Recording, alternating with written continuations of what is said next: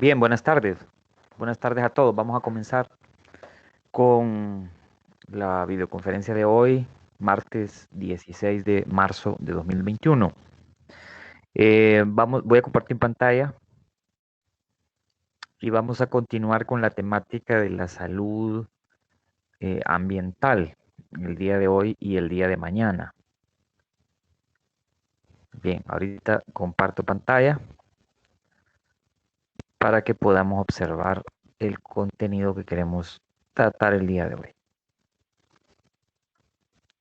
Bien, vamos a utilizar estas diapositivas para poder ilustrar la información que queremos tratar el día de hoy.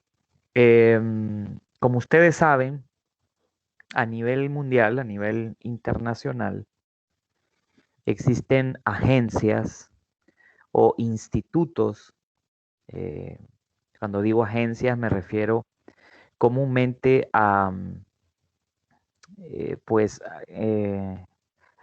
oficinas o instituciones adjudicadas a los gobiernos, a instituciones estatales. Y cuando digo institutos de investigación, me refiero comúnmente a aquellos centros de investigación que no están, no dependen de los estados, no dependen de los gobiernos, sino más bien de capital privado o que están adscritos a las universidades. Entonces, en el mundo hay muchos institutos, muchas agencias especializadas en la salud, como por ejemplo el CDC. El CDC es el Centro de Control y Prevención de Enfermedades de los Estados Unidos, que tiene su sede en Atlanta, en la ciudad de Atlanta, en el estado de Georgia, en Estados Unidos. Eh, Parte, como les menciono, de pues las actividades que se llevan a cabo en relación a la salud de los seres humanos es lo que hacen estas agencias. Estas agencias como el CDC, que el día de hoy en Estados Unidos y en gran parte del mundo, el CDC es uno de las agencias gubernamentales eh, que sirve como referencia por la Organización Mundial de la Salud de pues cómo evolucionan las enfermedades en el mundo. De hecho, el CDC tiene laboratorios especializados en donde pues tienen muestras de prácticamente todos los virus, todas las cepas bacterianas, todos los parásitos de diferente índole natural, de diferentes grupos taxonómicos, en sus laboratorios, y eso es para investigación, porque así como otros institutos o agencias en otras partes del mundo, el CDC es parte de esa red internacional en la que se busca la prevención y el control de las enfermedades, como bien lo dice su eslogan ahí. Entonces, CDC menciona que los servicios de salud ambiental son fundamentales para prevenir las enfermedades. Recuerda que estábamos hablando en la videoconferencia anterior de los sistemas sanitarios, ¿verdad? En el mundo, que llegamos a la conclusión que deberían estar basados en la universalidad, es decir, que los sistemas sanitarios en cualquier parte del mundo deberían de estar capacitados para recibir a todas las personas, que deben de ser de carácter público los sistemas sanitarios, es decir, que los gobiernos deben de equipar y de construir las infraestructuras necesarias en salud para poder atender las necesidades de las personas, atender también las emergencias y para también lograr diseminar campañas o eh, enseñar, educar a las personas sobre cómo se previenen las enfermedades. Y el CDC menciona que parte de ese sistema sanitario y parte fundamental del sistema sanitario son las oficinas o los servicios de salud ambiental.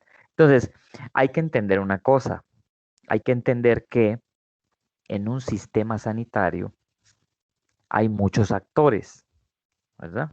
No solamente, como habíamos mencionado, no solamente están los médicos o ustedes, los enfermeros y enfermeras, no solamente ustedes, sino hay muchos actores en el sector salud, conformando un sistema sanitario. Y eso incluye bueno, especialistas en epidemiología, a microbiólogos que trabajan en el diagnóstico de las enfermedades a través de muestras de sangre, de orina, de heces, de fluidos, etcétera, de las personas.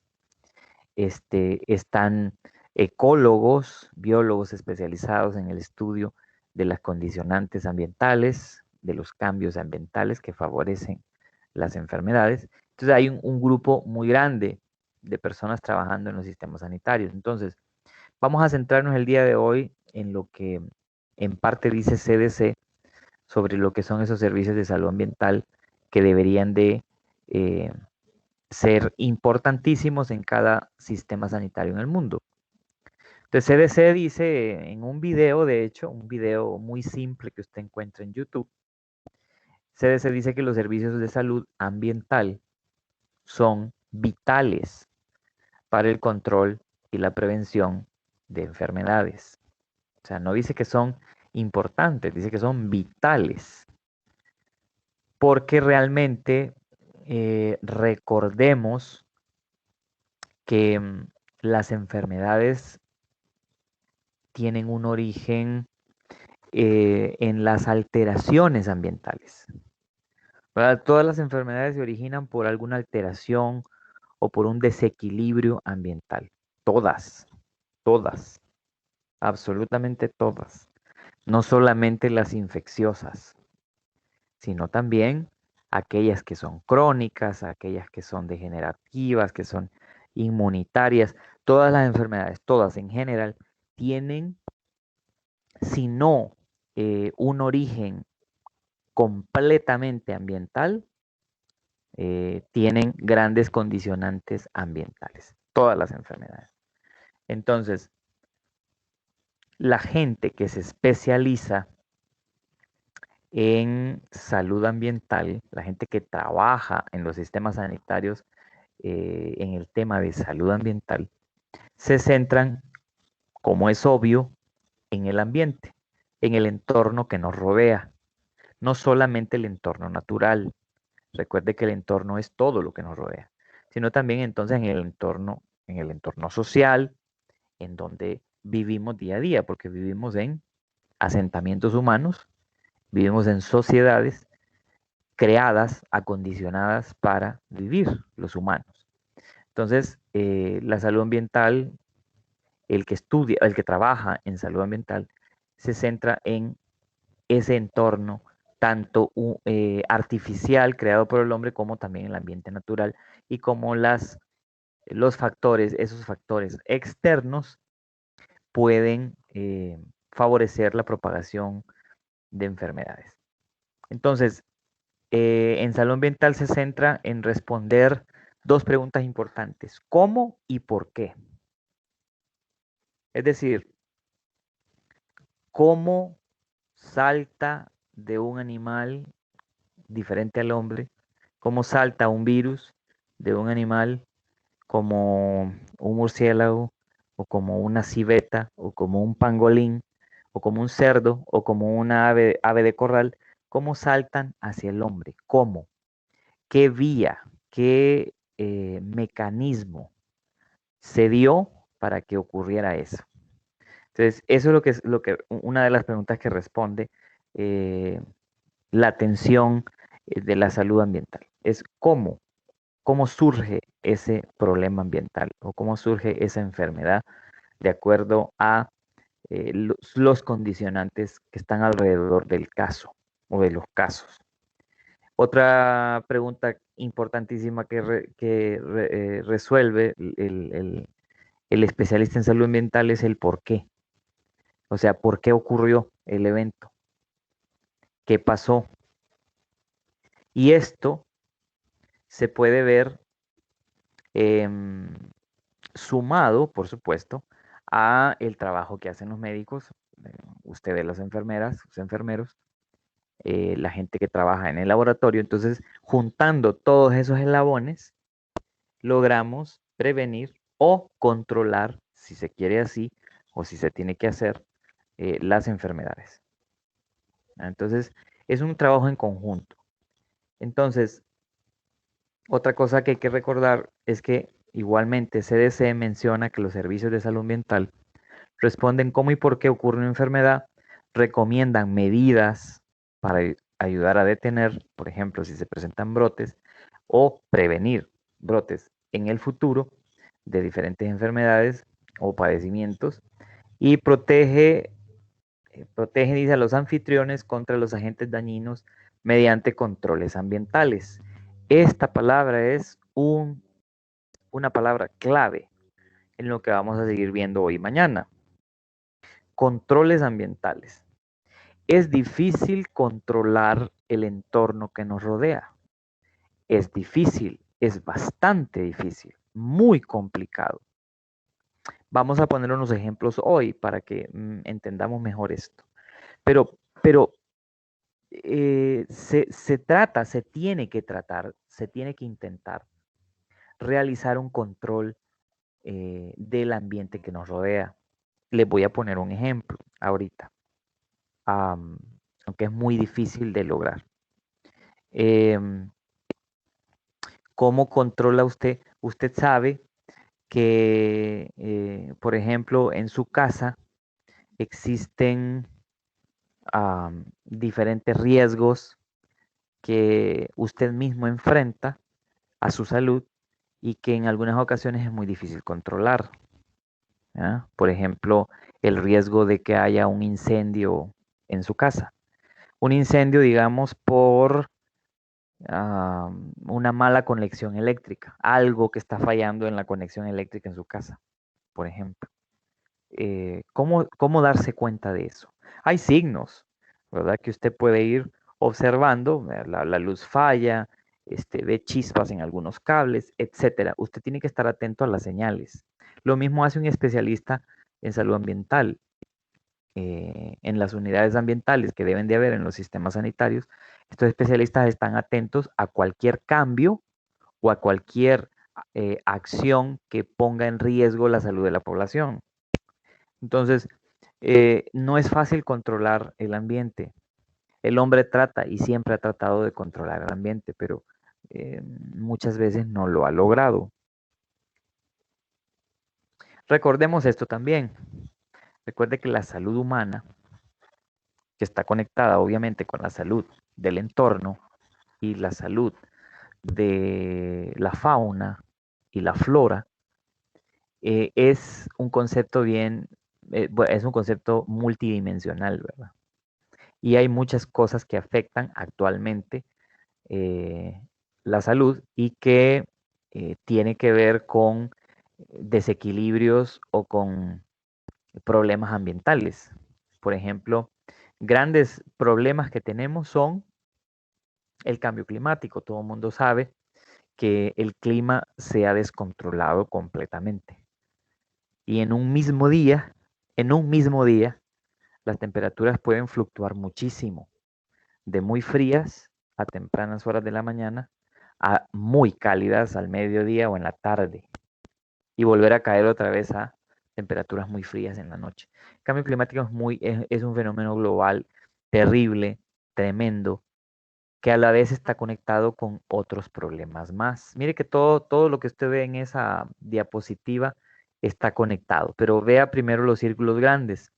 Cambio climático tiene una incidencia directa en el agotamiento de la capa de ozono estratosférica y la misma destrucción de esa capa de ozono, que es una capa de gases que rodea la Tierra y que filtran especialmente muchísimas de las radiaciones nocivas que vienen del Sol, ese agotamiento de la capa de ozono igual tiene un cambio significativo sobre el clima en el planeta.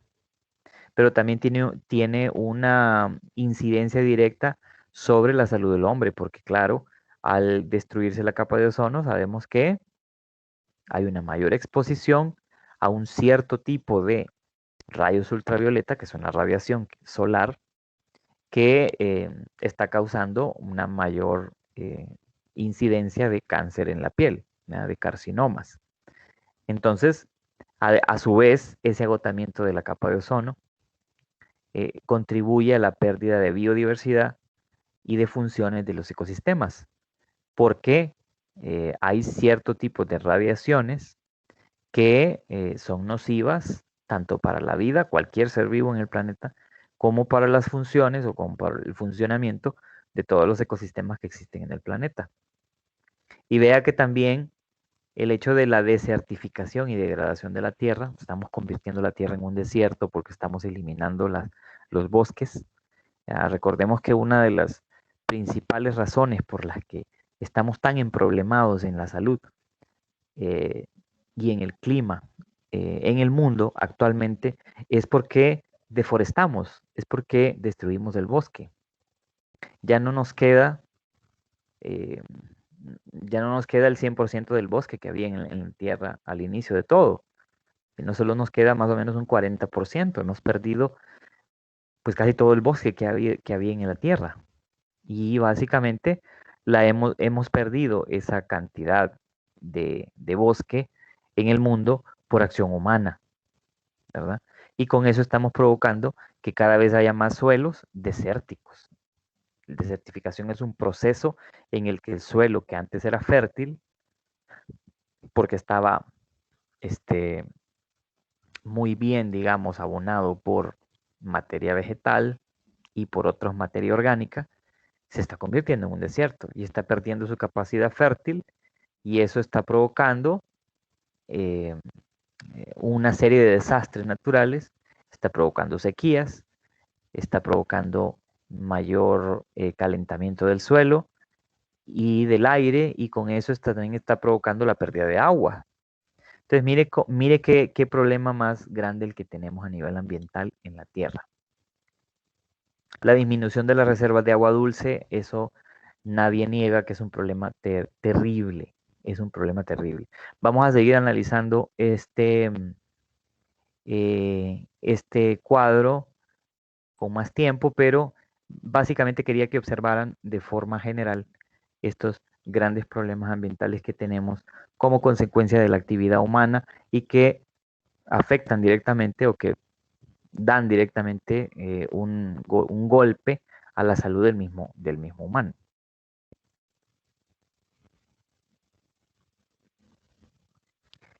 Entonces, si el ambiente está sano, podemos prevenir enfermedades a los seres humanos. Eso es un hecho. No es una especulación, eso es un hecho. Debemos recordar muchas cosas. Por ejemplo, eh, debemos recordar que los seres humanos sobrevivimos por los recursos y por los procesos naturales que proporciona el ecosistema. Un ejemplo de esto es el ciclo del agua. ¿Ah? Vea que arriba mencionábamos que el agua dulce disponible para la vida del ser humano y de los demás seres vivos en el planeta está siendo comprometido en parte por el cambio climático, por la desertificación del suelo, por la deforestación, ¿verdad? Por el cambio en la composición de gases de la atmósfera. Entonces, todos los problemas tienen una conexión. Y sabemos que el agua dulce o el agua en general en el planeta Tierra sigue un ciclo natural. Un ciclo natural que pues se puede resumir de una manera muy simple a través de estas fases que tenemos acá. El agua que se evapora principalmente de los océanos, aunque también del suelo, ¿verdad?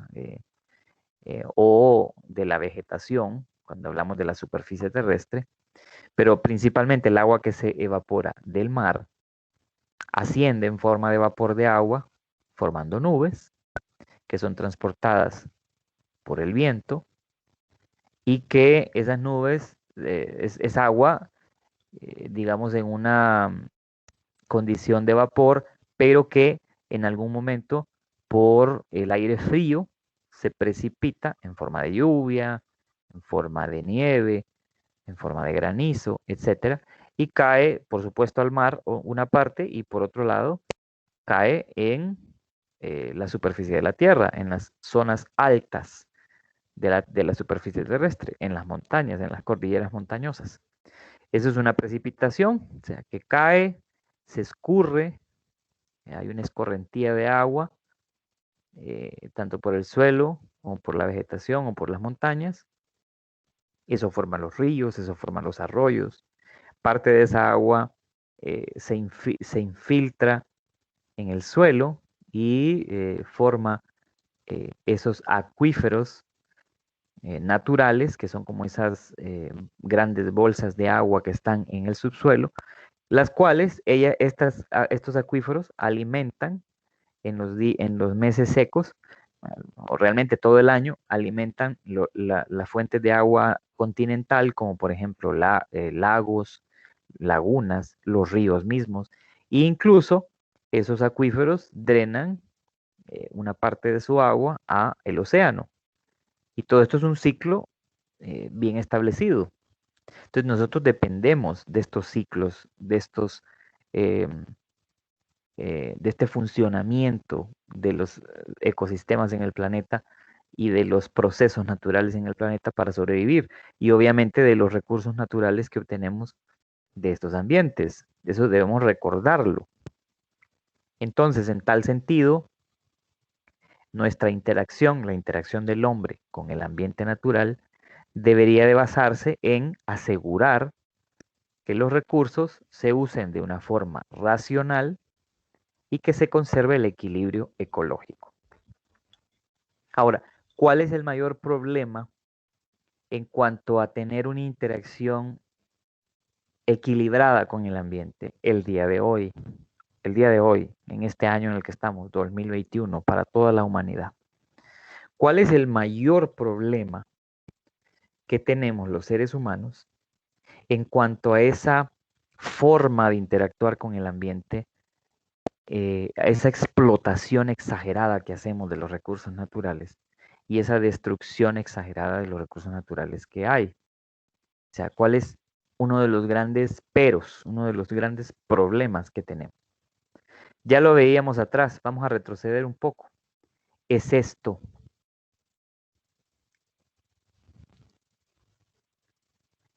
poblaciones humanas. Aquí dice desplazamiento de poblaciones humanas, que también tiene algo que ver. Pero poblaciones humanas, ¿qué pasa con las poblaciones humanas? Crecen, crecen y crecen. Los seres humanos somos cada vez más. Entonces, el aumento demográfico, el crecimiento demográfico del ser humano como especie está demandando demasiada presión, demandando demasiada explotación de los recursos del ecosistema y está generando a su vez contaminación ambiental. Entonces todo esto, eh, la destrucción de ese equilibrio natural debido a la densidad poblacional y al exagerado y a la exacerbado eh, explotación de los recursos de la naturaleza, y están provocando ese bajo rendimiento que hay de recursos. Por ejemplo, el recurso agua dulce cada vez es menor en algunas zonas del mundo y está provocando la contaminación que genera tantos problemas de salud. No solamente la destrucción, ¿verdad? O sea, ya la destrucción de por sí, la destrucción de un ambiente natural, la destrucción de ese equilibrio natural por acción del hombre, ya eso es terrible en cuanto a la salud y el bienestar. Pero también la contaminación que hacemos los seres humanos de los ambientes es una fuente interminable de problemas de salud. Una de las cosas que a nivel internacional, o sea, todos los científicos y tecnólogos en la salud han estado de acuerdo en las últimas décadas es que los sistemas sanitarios en el mundo deben adoptar un enfoque ecosistémico. Ya les voy a explicar un poco mejor eso. Es decir, un enfoque de acciones encaminadas a reconocer las funciones de cada elemento de la naturaleza en el equilibrio ambiental. Para esto hay una serie de documentos, por ejemplo, documentos técnicos científicos que se han redactado con el objetivo de que los gobiernos, los estados a nivel mundial, eh, la misma Organización Mundial de la Salud, junto con la Organización de Estados del Mundo, la ONU, han promovido que los sistemas sanitarios en el mundo adopten estos enfoques ecosistémicos.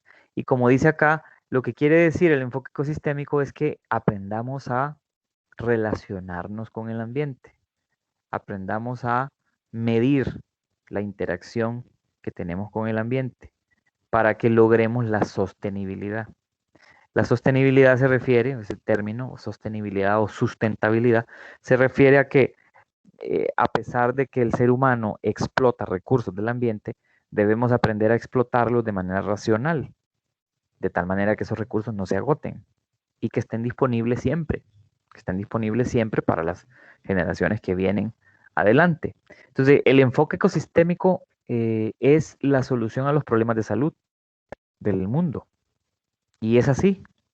Y ahorita vamos a ir viendo ejemplos de cómo si logramos un enfoque ecosistémico en los sistemas sanitarios, vamos a lograr mejores resultados en cuanto a la salud global. Este es un libro, esto que está aquí es una imagen de un libro que habla precisamente sobre los enfoques ecosistémicos en salud y ambiente que han sido promovidos a nivel internacional por la Organización Mundial de la Salud como lineamientos que pueden tomarse, que los estados, los países, los gobiernos pueden adoptar para ir cambiando esos desastres naturales que hemos estado provocando. Claro, esto implica mucha voluntad, ¿no? No solamente voluntad de parte de los gobiernos, de los estados, sino también voluntad de parte de las personas. Aquí esto es un esfuerzo conjunto para poder lograr eh, esos cambios.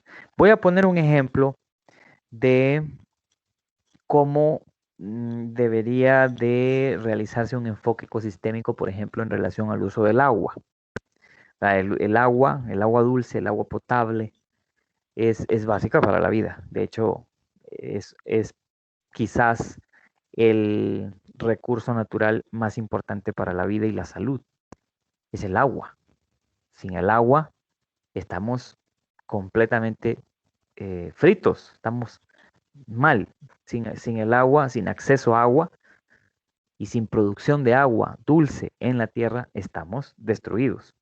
Vamos a desaparecer, no solamente los humanos, todos los organismos vivos en el planeta, toda la vida en el planeta va a desaparecer. Quiero ejemplificar esto que es bien importante para ustedes, que ustedes conozcan, que ustedes sepan.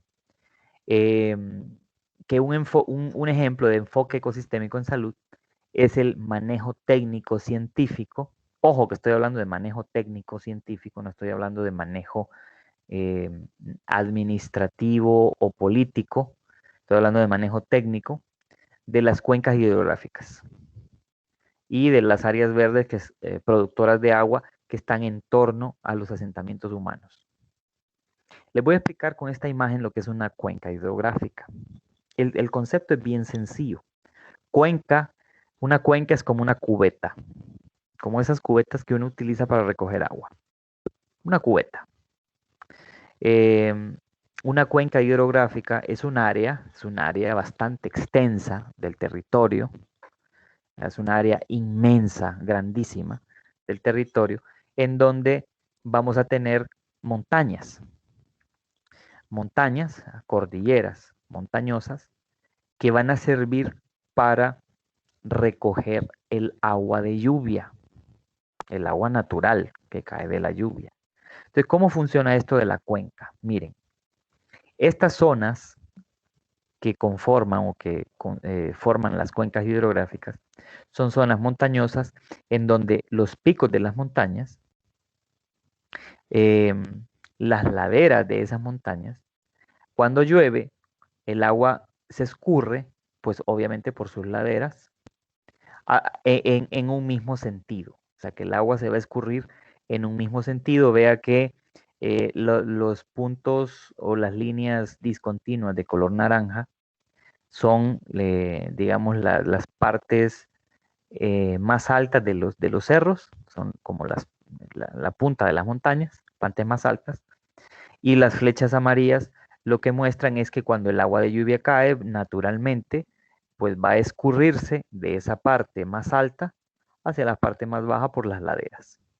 Cuando esa agua eh, concentra o se concentra en una misma región que está al interior de esas montañas, se forma una cuenca hidrográfica. Entonces, aquí es donde nacen los ríos, ¿no? Recuerde que los ríos nacen en las montañas, ¿no? De eso nos lo enseñan desde niño, pero aquí lo estamos pudiendo ver en una imagen, digamos, un poco más explícita. ¿Por qué nacen los ríos en las montañas? O los arroyos naturales, las fuentes naturales de agua, ¿por qué surgen en las montañas? Porque son zonas altas en donde el agua de lluvia se escurre por ese lado de la montaña.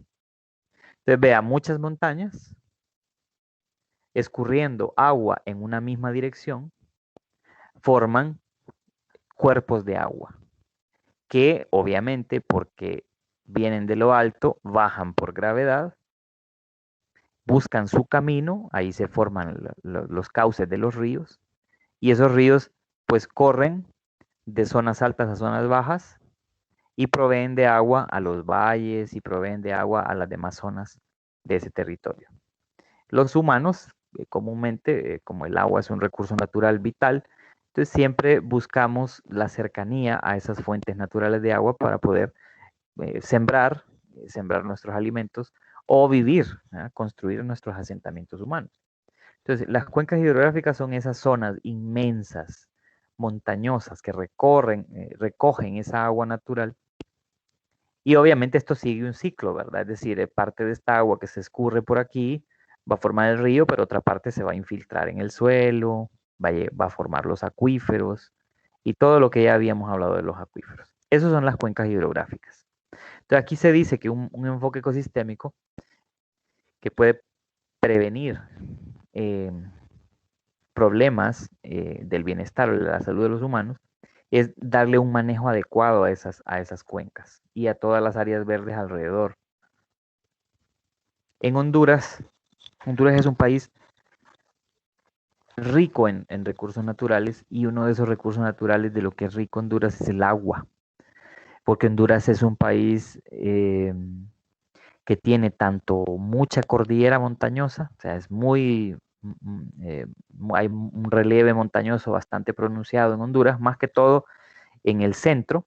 Ya que fíjense que las montañas en Honduras están como concentradas en una línea central en el país. Entonces, eso hace algo bien peculiar del territorio en Honduras. Y es que como las montañas, las cordilleras montañosas, digamos que se alinean casi que en el centro del país, en todo el centro del país, cuando llueve, vamos a tener que una parte del agua de lluvia se va a escurrir hacia el Caribe y otra parte del agua se va a escurrir hacia el Pacífico. Por eso es que estamos llenos de agua en Honduras. Y en Honduras tenemos 19 cuencas hidrográficas. O sea, de 19 de estas inmensas áreas geográficas montañosas en donde se concentra el agua de todo este territorio nacional. Nosotros tenemos 19 cuencas, cuencas importantísimas. Miren, aquí está un mapa en donde se muestran esas cuencas, cuenca del río Aguán, la cuenca del río Ulúa. Menciona cuenca del río Ulúa, por ejemplo, porque esa cuenca da origen a ese río tan caudaloso que conocemos como el río Ulúa. Del río Aguán, lo mismo, ¿no? Porque en esa cuenca, en esa región montañosa, se origina ese río, que es un río muy caudaloso, y así. Entonces Honduras está llena de agua, y eso es una bendición y es una maldición a la vez, porque no hemos sabido administrar bien esa agua. Fíjense que si Honduras eh, hiciera un uso adecuado del recurso agua, nosotros podríamos tener, digamos, unos 3, 4 proyectos hidroeléctricos bien hechos, con todas las medidas de control ambiental, de tal manera que no sean proyectos que solamente vayan y destruyan el ambiente, sino que estén bien pensados. Y con esos proyectos hidroeléctricos podríamos nosotros, en aquellas zonas donde no va a causar ese proyecto un gran impacto ambiental, podríamos producir tanta energía eléctrica que le venderíamos energía eléctrica a todo Centroamérica, venderíamos energía eléctrica hasta México probablemente, y eso generaría riqueza, riqueza económica, porque la energía es un bien que se paga caro. ¿Ah? La energía es un bien que toda la humanidad necesita. Y si se genera energía a través de la fuerza del agua, pues es una energía limpia y es importante. Entonces tendríamos un mejor nivel de desarrollo si pudiéramos em, realizar proyectos de infraestructura como esos, por ejemplo, aprovechando ese recurso natural. El punto del enfoque ecológico aquí sería que no es malo buscar un nivel de desarrollo económico mayor a través de ese tipo de proyectos de infraestructura, a través de proyectos grandísimos como son las represas. No es malo. Lo que debe de prevalecer es que se debe de realizar con un enfoque ecosistémico. Es decir, que las cuencas que alimentan esos ríos estén bien cuidadas, estén reforestadas, se protejan, se asegure de que no vaya a haber incendios en esas zonas, estén bien protegidas en cuanto a que no haya cacería ilegal, estén bien protegidas en cuanto a que no se vayan a talar los bosques para enriquecer a unos cuantos empresarios, incluso extranjeros, que lo único que quieren es el recurso de la madera, sino que si se piensa de una manera ecológica, se puede desarrollar también proyectos grandes como esos y generar riqueza. Se puede. Fíjese que entre algunos de los beneficios de un buen manejo de cuencas hidrográficas, podemos enumerar los que están ahí. Esos son algunos, no son todos. Si se hace un buen manejo de las cuencas hidrográficas, podemos asegurar la integridad de la estructura de los bosques. El recurso natural que hay en los bosques es vital para la vida de los seres humanos. Recuerden que hemos dicho que solo en la Tierra tenemos solamente como un 40% todavía del bosque que había en la Tierra hace 1000 años. Solo tenemos un 40%. Entonces, si cuidamos la cuenca hidrográfica, si no permitimos la deforestación, sino que dejamos al bosque crecer y dejamos que en ese bosque se lleven a cabo todos los procesos naturales que se requieran para producir alimento, para producir agua, entonces estaremos asegurando que esa estructura del bosque estará sana y que por lo tanto haya bienestar, haya salud, haya agua. Dos, previene pérdidas en la biodiversidad. Por supuesto, recuerde que si talamos el bosque, estamos destruyendo el hábitat de los seres vivos que viven en ese bosque. Y estamos favoreciendo también, si talamos ese bosque, estamos favoreciendo a que haya animales que convivan con agentes infecciosos, por ejemplo, y que ahora estén más cerca de nosotros y que esos agentes infecciosos puedan afectarnos a nosotros también, cuando antes no ocurría eso. Entonces se previene la pérdida de biodiversidad.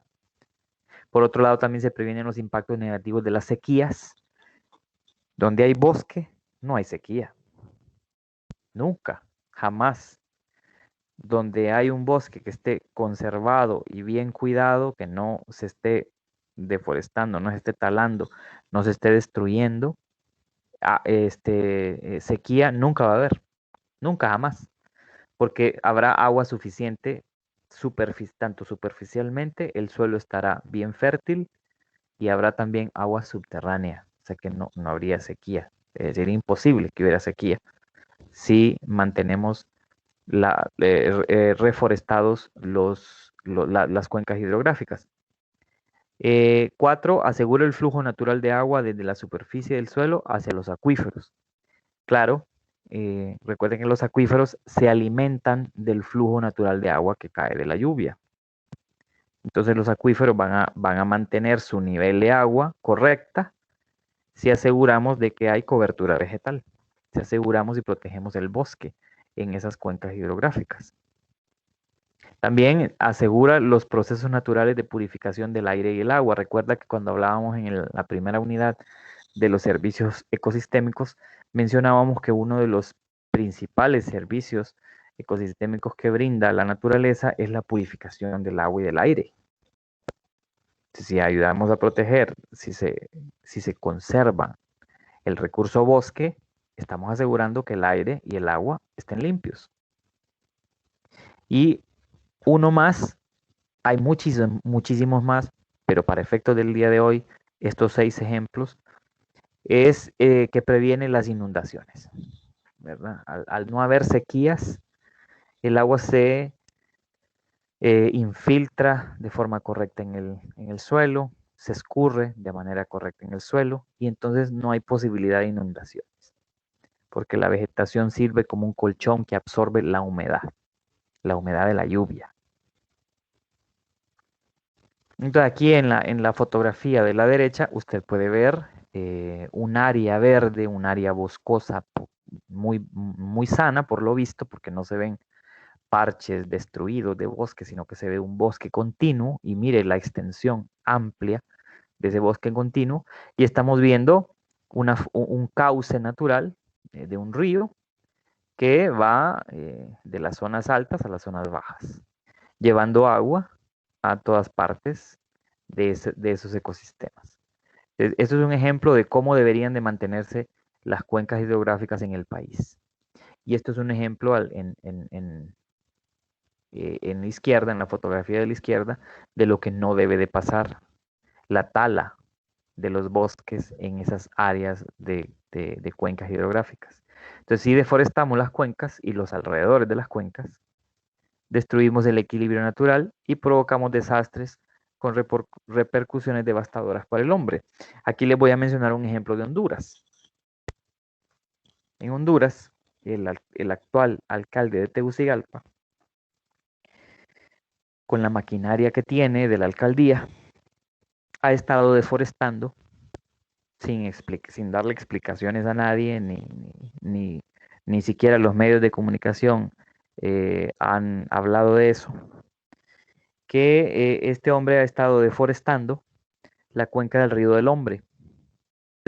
La cuenca del Río del Hombre es una cuenca natural que recoge agua natural, que alimenta las represas de Los Laureles y que alimenta la represa de Concepción, aquí en el Distrito Central. Distrito Central. Él ha estado deforestando ha estado deforestando alrededor de las cuencas, el bosque que hay alrededor. ¿Por qué razones? Es obvio. Por el recurso madera que le genera ganancias económicas a él. Y por supuesto, como es parte de una red criminal en este país, nadie le hace nada. No, ni siquiera en los medios de comunicación se menciona eso. Y eso ha estado pasando durante muchos años.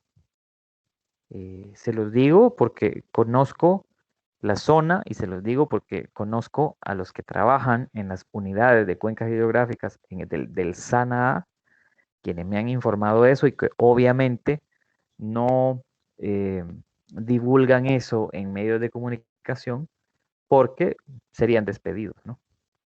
O quién sabe qué otra cosa peor les podría pasar. Eso está ocurriendo en este país. En manos de ese tipo de personas estamos en este país. En vez de tener esto, vamos a tener esto cada vez más seguido. Si siguen las mismas personas gobernando este país. Mire, la salud tiene que ver con todo. La salud tiene que ver con la política, tiene que ver con la economía, tiene que ver con la topografía del país, tiene que ver con todo, con absolutamente tiene que ver la salud. Entonces, estas son cosas que tenemos que saber. No es por hablar de política, sino que es una realidad que ocurre y que afecta a la ciudad capital, nos afecta a todos porque el bosque se destruye, el suelo pierde fertilidad, se vuelve un desierto, la zona, hay inundaciones, hay deslizamientos de tierra, se mueren personas, aumenta el calor porque ya no hay vegetación que absorba esa gran cantidad de gases de invernadero y toda la gama de problemas que vienen asociados a la pérdida de ese recurso natural. Bien, ahora vamos a hablar un poco de algunos ejemplos en relación a enfermedades y cómo un enfoque ecosistémico puede llegar a ayudarnos a que esas enfermedades se reduzca su incidencia y se reduzca su prevalencia. Y voy a hablar específicamente de los casos de la leishmaniasis, el caso del mal de Chagas y el caso del dengue. Voy a empezar con el dengue, pero hablando muy brevemente el día de hoy, porque ya terminamos prácticamente. Solo voy a dar una introducción general de lo que vamos a ver. Vamos a terminar mañana con este tema de los casos de leishmaniasis, mal de Chagas y dengue y el enfoque ecosistémico en salud ambiental para prevenir enfermedades de este tipo o para controlar esos casos que se presentan de estas enfermedades y hacia dónde deberíamos ir encaminados. Bueno, hablando de dengue, nos vamos a quedar aquí. Hablando de dengue, recordemos que el dengue es una enfermedad viral que es transmitida a los seres humanos por la picadura de mosquitos. Los mosquitos, en general, son los vectores de enfermedades más importantes en el mundo por varias razones. Entonces, vea esas razones. Vamos a quedar en esas razones el día de hoy. Pero fíjese bien lo que está diciendo ese dato. Los mosquitos son los vectores de enfermedades más importantes en el mundo. Una de las razones que no aparece ahí, pero una de las razones por las que los mosquitos son los más importantes vectores de enfermedades es que transmiten una cantidad increíblemente amplia de agentes infecciosos, desde virus, bacterias, como parásitos. No solamente al hombre, sino también a los animales. Entonces, algunas de estas razones fundamentales por las que los mosquitos son vectores importantes es, por un lado, su masiva reproducción. Se reproducen de manera increíblemente rápida y en cantidades muy grandes, ¿verdad? Una sola hembra, por ejemplo, de un mosquito Aedes aegypti, puede poner en una puesta al menos unos 500 huevos.